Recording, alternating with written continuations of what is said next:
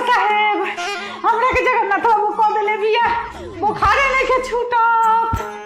हमरा के संजयया बहू कोइले बिया कपार के दर्द नहीं के छूटत। तो हमरा में का करे आल बारू लो? हमरा के खुद घेरना बहु कर दे रहे।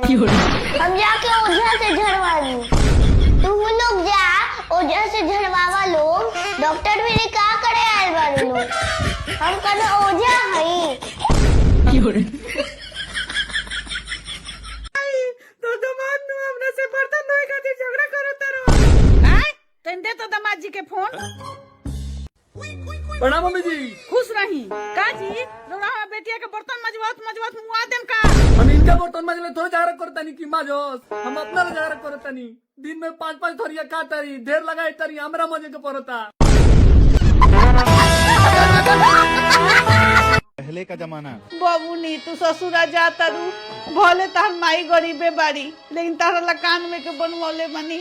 हेलो ना माई एकर का जरूरत बा एगो कैसे खाली जाइबू लो ना।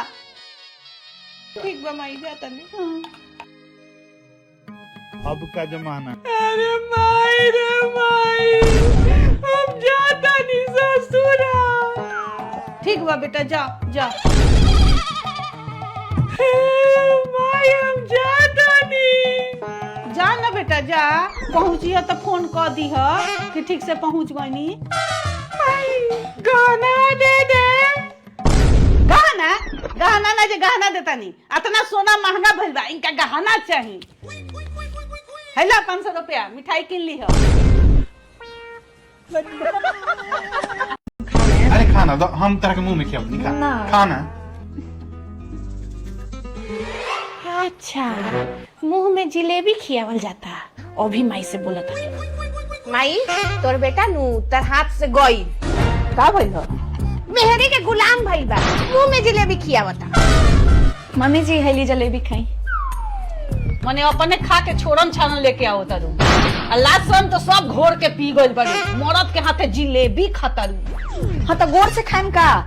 लाज हमारा कहे लगी लाज तो रउआ लोगी के लागे के चाहिए कि मरद मेहरारू के रूम में ताका झाकी करता नहीं लोगी।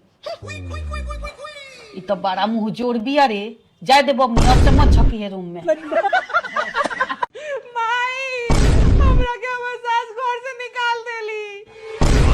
हैं माई हमर सास नु 5000 रुपया के चोरी के इल्जाम में हमरा के घर से निकाल देली हो। बताओ तो कतना झूठी बारी। हां बहुत बड़का झूठी बारी। होय माई गिनता कितना बा 2000 रुपया बा 5000 के चोरी के इल्जाम लगावा तारी। पहले का जमाना। बाबू मामा के पैर छुआ। प्रणाम मामा जी। खुश रहो भागिना लाल मन चूस खा। वाह मामा जी रउआ तो बहुत अच्छा बानी। अब का जमाना। बेटू मामा के पैर छुआ। हाय मामू। हाय भागिना।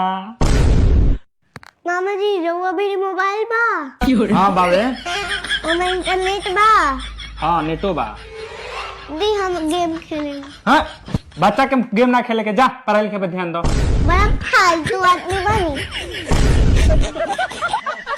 बाबू तोरा बहुत बुखार बा चल के आराम करो कल खेली हो चलो। अरे मम्मी हमरा उतना बुखार नहीं खे। हमरा में खूब एनर्जी बा हम खेले। ओए 12 के टेबल सुना तो।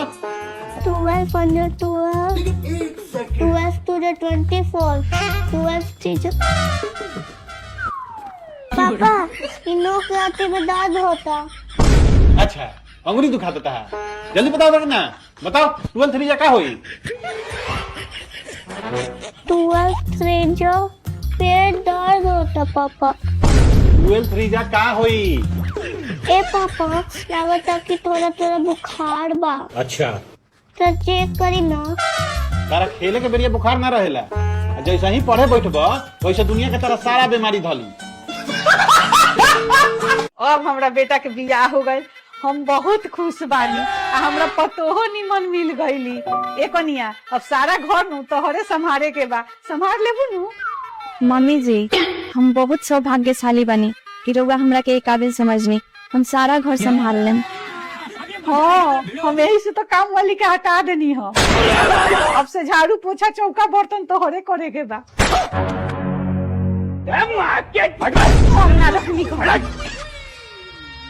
जा भाग गई।